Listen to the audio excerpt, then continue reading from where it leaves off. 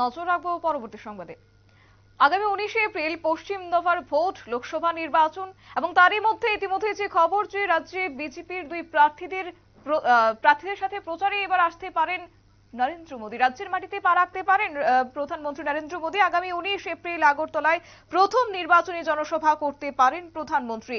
স্বামী বিবেকানন্দ ময়দানে হতে পারেন প্রধানমন্ত্রীর জনসভা, এমনটাই খবর, এবং রাজ্যের দুই প্রার্থীর হয়েই জনসভা করবেন বলে খবর রয়েছে। যদিও এ সম্পর্কে বিস্তারিত জানবো, আমাদের সাথে রয়েছে প্রতিনিধি অঙ্কিতা বর্ধন। অঙ্কিতা, কি আপডেট রয়েছে যদি একটু তুলে ধরো। রাজ্যে লোকসভার দুটি আসন রয়েছে, তার সঙ্গে 7 রামনগরে উপনির্বাচন অনুষ্ঠিত হচ্ছে।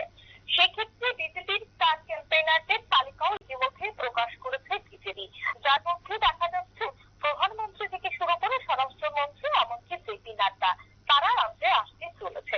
দেখো, একটা চেনা ছবি আমরা প্রত্যেক বছর বা প্রত্যেক নির্বাচনে দেখে থাকি, তা হচ্ছে আমরা 2023-এর বিধানসভা নির্বাচন বলি বা 2019 সালের লোকসভা নির্বাচনী বলি, সেক্ষেত্রে কিন্তু দেখা গেছে প্রধানমন্ত্রী নরেন্দ্র মোদী তিনি ভোট প্রচারে এসেছেন। 2023 সালের বিধানসভা নির্বাচনেও দেখা গেছে তিনি রাজ্যে প্রায় 2 থেকে 3 দফা এসে জনসভায় অংশগ্রহণ করেছেন। তিনি রাজ্যবাসীর জন্য তেজদৃপ্ত ভাষণ রেখেছিলেন। এবার যেহেতু লোকসভা নির্বাচনে হাতে গোনা আর মাত্র কয়েকটা দিন বাকি, সেক্ষেত্রে কিন্তু এবার প্রধানমন্ত্রী আবারও রাজ্যে আসতে চলেছেন। ইতিমধ্যেই আমরা বিজেপির সূত্র মারফত খবর পাচ্ছি যে 15 এপ্রিল আগরতলায় তিনি প্রথম নির্বাচনী জনসভা করতে চলেছেন। তবে কোন জায়গায়, সেটি হচ্ছে স্বামী বিবেকানন্দ ময়দান।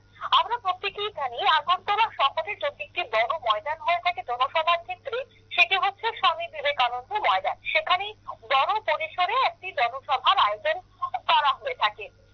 আর প্রধানমন্ত্রী নরেন্দ্র মোদী তিনি বারংবার সবসময় এসে কিন্তু এই পশ্চিম জেলার স্বামী বিবেকানন্দ ময়দানে মূলত প্রচার করেন, কর্মী সমর্থকদের সাথে তিনি কথা বলেন। তাই এবারও কিন্তু সেই দিন বা 15 তারিখে তিনি স্বামী বিবেকানন্দ ময়দানে জনসভায় অংশগ্রহণ করছেন, এমনটাই কিন্তু এই মুহূর্তে সম্ভাবনা বা আমরা বিজেপি বিশ্বস্ত সূত্রে খবর পাচ্ছি।